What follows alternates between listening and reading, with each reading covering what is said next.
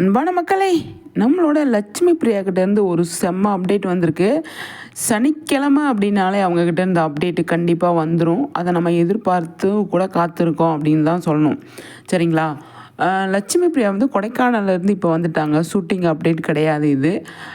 ஏதாவது ஒரு ப்ரொமோஷனுக்காக அவங்க வந்து இது ரெடி பண்ணியிருப்பாங்களா அப்படின்னு சொல்லி தான் தோணுது எனக்கு.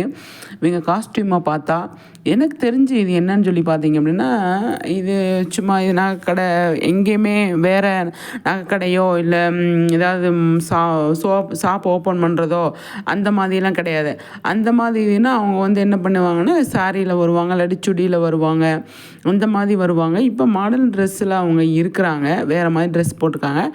அதில் வந்து பார்த்திங்கன்னா எனக்கு என்ன தோணுது அப்படின்னா, ஏதாவது அப்பார்ட்மெண்ட்டு இந்த காசா கிராண்ட் மாதிரி இருக்கு இல்லையா, அந்த அப்பார்ட்மெண்ட்டு ஏதாவது ப்ரமோஷனுக்காக இவங்க போயிருக்காங்களா, அந்த வீடியோவாக இருக்குமோ அப்படின்னு சொல்லி எனக்கு தோணுது. அவங்க கெஸ் பண்ண சொல்லி தான் இது போட்டிருக்காங்க.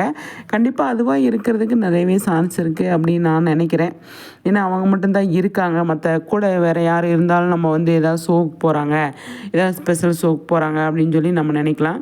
ஆனால் காவேரி லட்சுமி பிரியா மட்டும் இருக்கிறதுனால அப்பார்ட்மெண்ட்டு ப்ரமோஷனுக்காக தான் அவங்க வருவாங்களோ அப்படின்னு சொல்லி தோணுது. உங்களுக்கு என்ன தோணுதுன்னு சொல்லிட்டு கண்டிப்பாக கமெண்ட்ஸில் சொல்லுங்கள். நம்ம அதை பற்றியும் பேசலாம். சரிங்களா? அதுக்கு முன்னாடி நம்ம சேனலை கண்டிப்பாக ஃபாலோ பண்ணிக்கோங்க, சப்ஸ்கிரைப் பண்ணிங்க, மறக்காமல் சப்போர்ட் பண்ணுங்கள் மக்களே. சரிங்களா?